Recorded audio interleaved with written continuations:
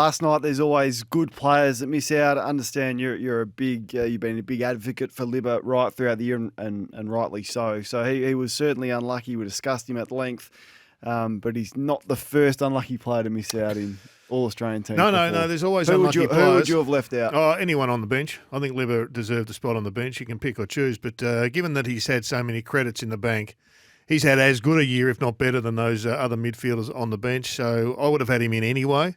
But if it was a line ball, and often they are just line balls, I think if you've got credits in the bank, and Libba has built up those credits, then I would have picked Libba. But I would have picked him anyway based on his year, not just on the credits. The Harcourt's open line is open if you want to have your say on the All-Australian team. If you've got a question, we would love to hear from you. You can join in the conversation, 1300 736 736. Send us a text. Who was, in your eyes, the unlucky players to miss out? I've got to say, overall, was pleasantly surprised by the reaction publicly to the team. I think the wings helps settle down the well, it the helps Indians. when you've got two standout wingmen. Yep. And there isn't always two All-Australian worthy wingmen. You have to have an All-Australian season to be in the All-Australian team. Those two did, and they happened to play on the wing, so that was good. Some of the But Mason Wood had an All-Australian season, but he didn't get in the squad. Yeah, I don't think he had an All-Australian calibre season. When you line him up with the other players in the squad that had All-Australian worthy seasons but didn't play on the wing. Some of the feedback, just giving you a cross-section of what I received last night, there was a few upset about Dustin Martin. Yep. Clearly the Richmond fans were vocal about that. And Was Dusty in the team at the halfway mark? No, he wasn't. The other one, I had some really strong feedback from a coach, an assistant coach at an AFL club, not a Brisbane assistant coach, that said, and he was really strong. I don't know if he'd had a couple of beers last night, Gerard, or what, but he said... Personally strong. You are absolutely kidding yourself to leave Lachie Neale out of that side. Right. He said that Lachie Neale's the best clearance player in the game. He said he helps on transition. His defence has been better this year. And in his mind, I think he was fourth in the coaches' votes. Lachie Neale, as they were revealed last night, he was the unluckiest player in that. Yep. I personally didn't see it that way. Well, I think we've known right throughout the year that his disposal is, I mean, you can win the clearance and it depends on what happens to it after that. And his disposal has been a weaker point of his right through the year, to a point where the coach talked about it. He talked about it. So I wasn't surprised that you left him out, even though he was, I think it was 4, 5 or 6 in the coaches' votes, and he was snubbed. Happy with the captain? Yeah. No, the captain, I thought could have been the Bond. I thought the Bond all year. I wasn't surprised you swung because the story was the story. What about those two sitting next to each other last night? There's not a lot of love between the Bont and Toby Green over the journey, is there? The captain and vice-captain of the All-Australian team. Well, they've had altercations on the deck, but they'll get over that. I think they will. They will now. Bont had a huge night, of course. All right, we can take your calls on that. A lot of texts coming through. We'll work our way through those as well. Steve wants to speak about Libba. Steve, was he unlucky? Yeah, I reckon he was. I mean, you guys obviously know more than I do, but, and I realise that previous year's form doesn't count for much, but, I think, I don't know just how good Butters' years was, but I think if had been as good as he was, I don't think Bontempelli would be in that list either. Oof. I think those two help one another out a whole lot. Yeah, it's a symbiotic relationship between Bont and Libba. But Butters, if you asked how good a season his was A++++. So there was no question about him. And as far as previous seasons, people seem to misinterpret my position on this.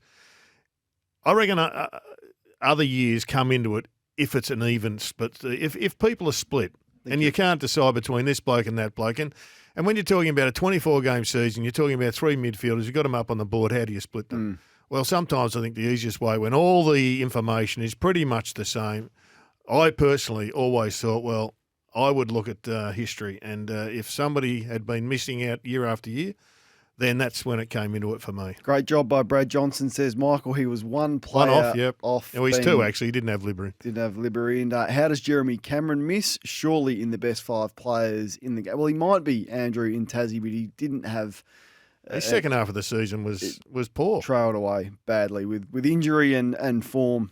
Snubbed Weeders 4 years in a row, Corn, and you know it. Wilkie fullback, give me a spell, says Kingy from Willie, wherever that is. Kane, I love you, but you have given us more information on. You've got to give us more information on why Libba was left out. Ranked number 3 player in the AFL. Come on, man, says Brian Viney, question mark. Hey, Kane and Gerard, overall, I'm happy with the team, but I agree with Gerard and Libba. Plus, I think Rowan Marshall should have been picked ahead of Tim English. English had the general media marketing on his side, says Tim in Brighton. Let's go to Mao. Welcome to you, mate.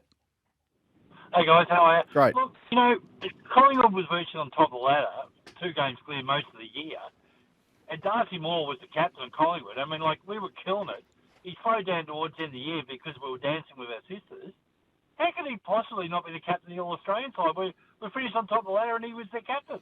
Yeah, where'd you finish last year under a different captain? Don't know. Well, pretty high up.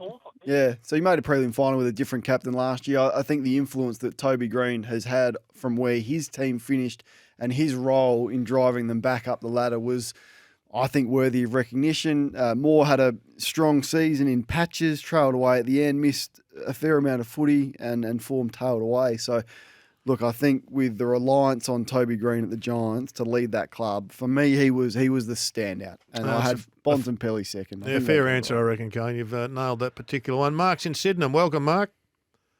G'day, guys. I just wanted to, pay Kane his due respect. I actually reckon they did a really good job on the All-Australian team. Yep. Particularly picking players in positions like the wing and not just having centremen strewn all over the team. I've got 3 questions to ask about the All-Australian team. 1, how close was Nick Blakey to make the team? 2, how do you determine who makes the bench? Is it a ruckman? Is it a backman? Is it a mid? How do you determine that? And 3, how long is it going to be before that team has a coach? Because I'm a Swan supporter, but I have to say, I think Ryan from St Kilda, what he's done with his team has been nothing short of incredible. Well, they've got a face-off on the weekend. The two guys that many people believe are the coaches of the year, Lyon versus Kinger. And the winner may get the award. Not a bad point in terms of the coach, because we've got All-Australian umpires. Yeah, well, there is an All-Australian coach named. It's by the Coaches Association. Yeah, but it's the Premiership coach you were saying. That's the AFL's one, and then the AFL Coaches Association named their own one. Okay, I think so you end up with 2. The coach needs to be up there in a green blazer. Yeah, like well, they used to do that. They used to do that. Never got the blazer, but he was always named. There was always a coach named, and yet, unfortunately, they very rarely won the premiership, and they were beaten by guys, and it became a problem. To answer your other question, Mark, the bench is the next deserving players, I would have thought, but you do have an eye on fielding a team that can go out there and is balanced enough. So Nick Larkey on the bench was worthy of that spot because he had an All-Australian season and he was the next best forward, I thought. So I think Jordan Dawson can go back, he can play wing, he can play midfield, and then you've got your midfield cover with Merritt and Sarong on the bench. Kane, can I ask Blakey, you? Yeah, go on. Very close. Very unlucky. Very close. Very unlucky, the lizard. Yeah. If there was a 23rd man, as there should be, who would it have been, in your mind? Give me 3 minutes to think about that while we go to Shane. You want to speak about the on-ballers in the team, Shane-O? Yeah, okay. Where's Petrarca going to line up next Thursday night? Half forward. He's not going to be on the ball for Melbourne. He doesn't play in the centre for Melbourne? Yeah, at times he plays in the centre, yeah. Yep. Yeah. So if you're a half-forward flanker, you might as well just give it away. Well, I think you've been a bit smart, Shane. Like, let's have a look at where he does play and where he's had the biggest impact for Melbourne as they've rocketed towards the finals, and that move was by him going forward. So 60-40 it's about a 60-40 split, yep. No, you're not going to win that argument, Shane. Appreciate your contribution. No, down to Moorabbin. Josh. Yeah, Kane, question for you. Why Zach Merritt versus Libba? You'd choose Libba every day of the week, wouldn't you? What was the rationale between choosing Merritt over Libba? Why would you choose Libba over Merritt? Libba, when the game's there to be won, he's a clearance machine, contestant ball machine. Merritt gets a lot of the ball, cheap kicks around the back line, going back left and right. When the game's there to be won, Libba will take the clearance, kick it down long down the line, pick a target. I just think he's had a better season than Merritt overall. Yeah, I think it's an argument that you can make, and you've done it as Gerard has done. I think Zach Merritt, his season was excellent in terms of Zach Merritt's ball use and the way that he uses it. He's one of the better kicks in the league for a midfielder. He uses his legs. I thought he got tagged this year on a number of occasions, and he worked his way through that really well. I thought he led really strongly as a captain.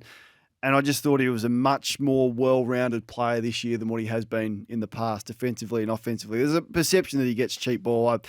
I disagree with that. When you're looking at his numbers, he wins enough of contested footy and uses it really strongly. I mean, he's nearly had 50 more contested possessions this year than he had last year. So I thought he had a really strong season. But I can understand your point, Josh, and a lot of people are making the same one as Gerard has done tonight. Peter's on the line. You want to speak about the team, Pete? Yeah, Kano and G, it must be an absolute nightmare trying to put this together. So this year, I think you've done relatively well. In response to the last call, you can't have 10 in and under Bulls. You need an outside player, which obviously that's why Merritt was chosen. But I think when people are being critical, they need to preface who they barrack for, and there should be a ban on making any comment on any dispute with anyone that's associated with your team. Because the bias is just astounding. But it's, as I said, overall it's been a pretty good exercise, and there's no one in there that just stands out that doesn't deserve it. Yeah, no, I don't think Merritt needs to be disparaged. I mean, he's had a fantastic season, as you rightly pointed out, Kane, and he is an all-rounder. He wins his own ball. He beats taggers. He went forward a couple of times against taggers and did really well. He's had a great season, no question about that. So I don't think we should be disparaging him. Good on you, Pete. Let's go to Jack in Essendon. You also want to speak about Libba, Jack. Welcome. Yeah, hey, Kane. I'll just echo on what another caller said before about, Merritt is an absolute gun, but I feel like Libba, as Gerard said, he's the only player top 5 in those stats he mentioned, and he probably should have got a shoe-in on the bench at least.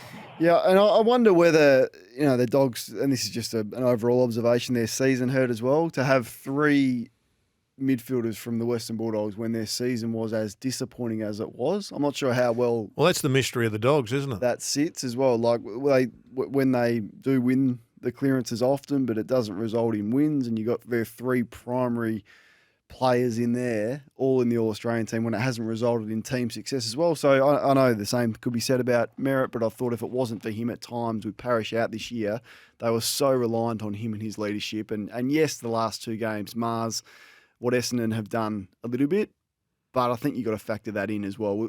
I bet you if we had Libba, English and Bont in the All-Australian team, people would ring up and go, how can you have 3 Western Bulldogs players when they had the season that they had? That would be the whinging that would go on. So you can't win. It's not an easy exercise. Every year, good players miss out. Let's go to Dave, who wants to speak about a Collingwood player. G'day, Dave. Hey, boys. How you doing? To me, I cannot believe Jordan the goalie didn't even make the bench. He's probably the reason we're sitting on top. He does more damage with less possession than any of those players, and he's an inside-outside player. He was in. I tell you, he was in at the halfway point of the year, the goalie. Absolutely in, but he dropped away. And he came good late, as in round 24. Yeah, and ever since he was suspended, if you look at his drop-off for the season, is reflective of some of the other players at Collingwood, and perhaps that's the bit of motivation. He hasn't been All-Australian before, has he? No. So there's some good players out there that haven't been All-Australian. He's got the opportunity to send a message to you All-Australian selectors with his performance over the next 4 weeks. He's got a good record. Unbelievable finals record. Finals, Jordan Goey. Adam's in Adelaide. G'day, Adam. Hello, chaps. How are you? Good. First of all, Kane, good job getting 5 South Aussies in there. Always happy to see some South Aussie representation. Just putting an alternative out there to you lads. Has consideration ever given to do a fans All-Australian team? So you take 23 or 22 that were picked last night, and then you give the fans choice of their other 22. There's one on the AFL website as we speak. There is. But what I'm saying is exclude the guys who made the All-Australian. Oh, okay. What would be the benefit of doing that? Well, then you could potentially use that as an opportunity to have an All-Star game. If you're not going to do a State of Origin, an All-Star game. I don't think All-Stars are ever going to get up, to be honest, but you keep beating that Yeah, drum, and you never that's know. the reason you pick 44 is because then you can, and we've done the 44 so you could line up another team. So you could have the But second you didn't have team. you didn't have extra wings in there.